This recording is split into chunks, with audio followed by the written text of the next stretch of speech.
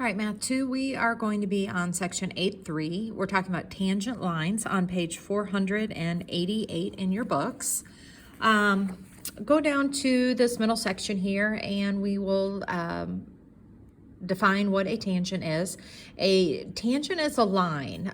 So when I ask you to do it, you need to put the line symbol above it. Use your two letters. So a tangent is a line that touches a circle in exactly one point, and that point is called your line of tangent, or your point of tangency. So the point of tangency is B, but the line AB is your tangent line. All right. So it does talk about here, this is a ray, BA, so starting at B going through A is a tangent ray, and segment BA is a tangent segment. So if you take a look down here, we have a theorem with this, and this is a pretty important theorem. What it says is that if you have a tangent to a circle and it meets the radius, where the radius and the tangent meet, it creates a 90-degree angle. They are perpendicular. So every time you see a radius with a tangent, you immediately will put a 90-degree angle in here. All right, so turn over to, or look over on page 489, and let's come down to problem number 1 in the middle of the page here. It tells you that segment ED, right here, so segment ED is a tangent.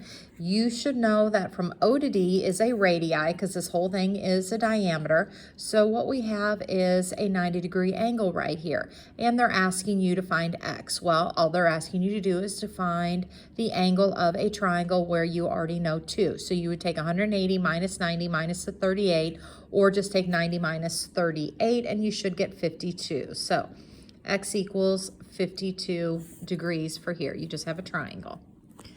All right, let's turn over to page 490, and you're going to be looking here. We have two tangents. So it says lines that appear to be tangent are tangent. O is the center of the circle, and what are the values for X? So you have a tangent drawn here. All right, so we have a 90-degree angle because this is a radius, same with that one.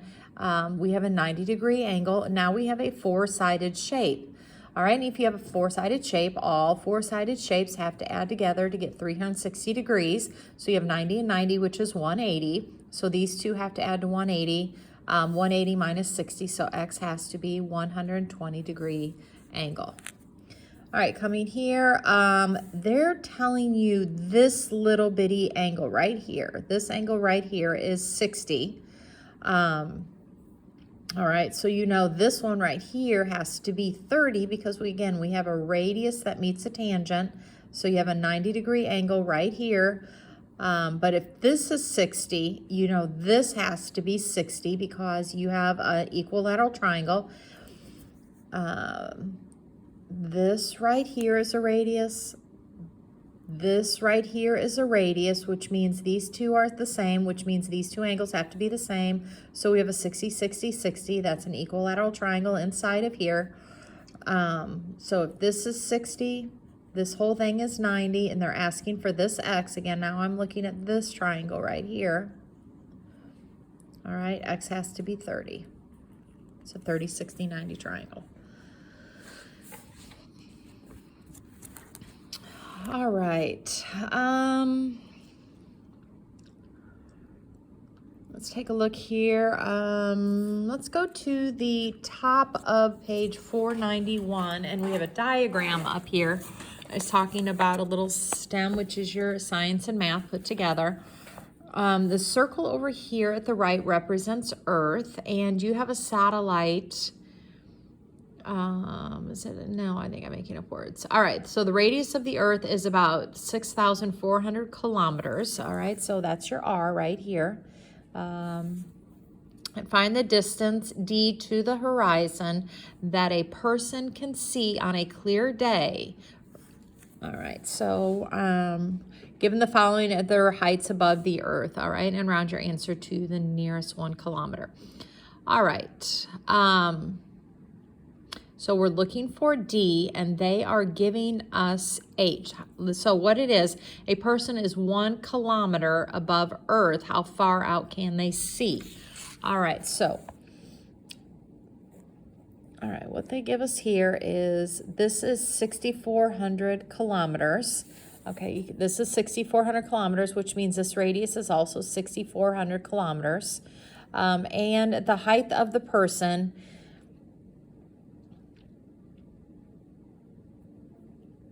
all right, is number 3 is going to be 1. So you're going to have the 6,400 and then 1 more kilometer.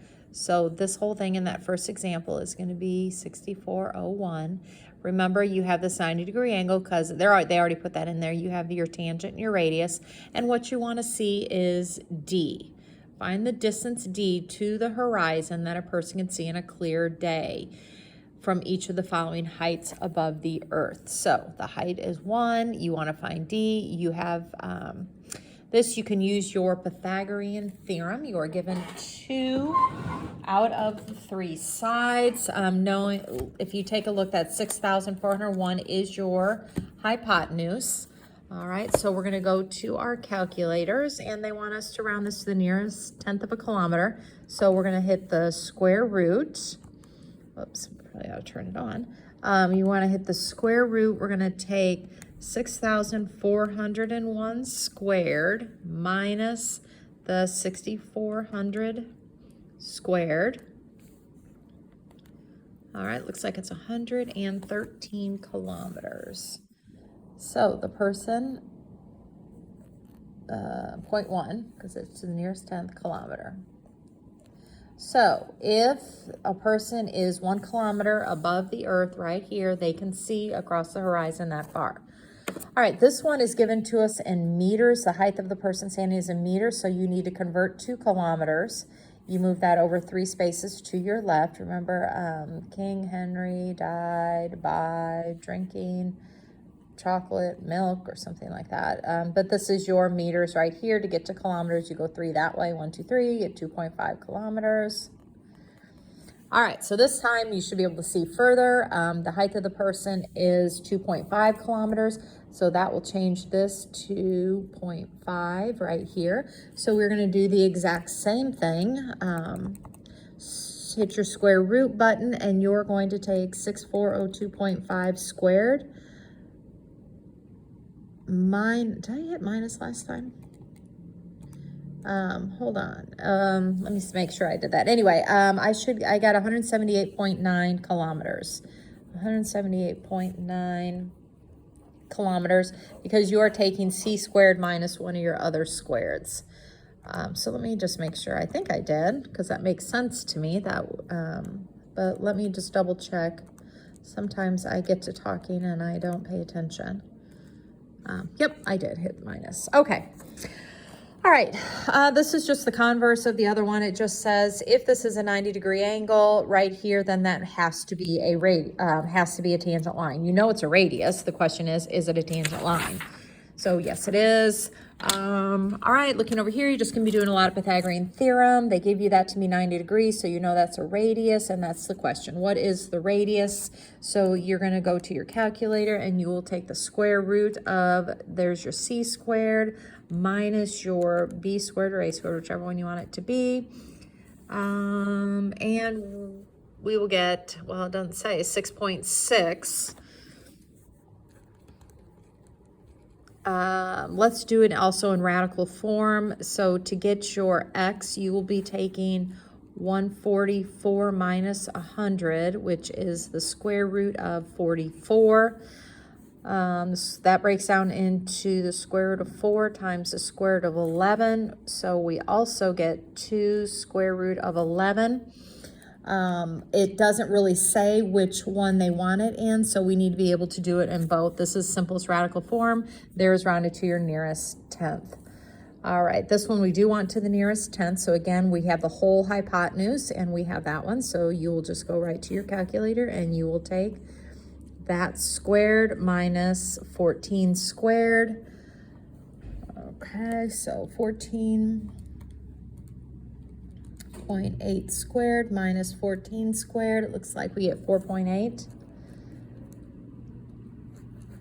All right, and this one will be the same way. You're going to take the 17 squared minus 15 squared.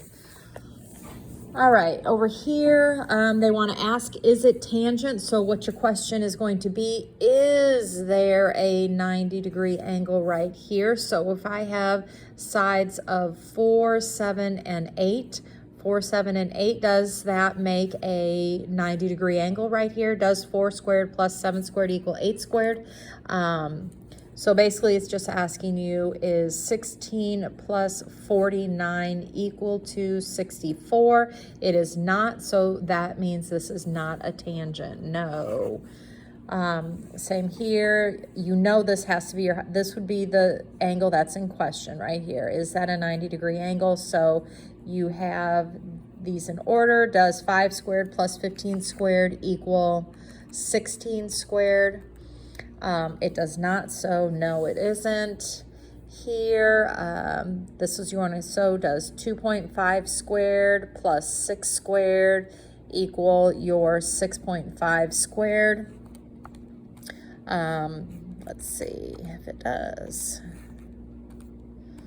And it does, so yes, that is a tangent line.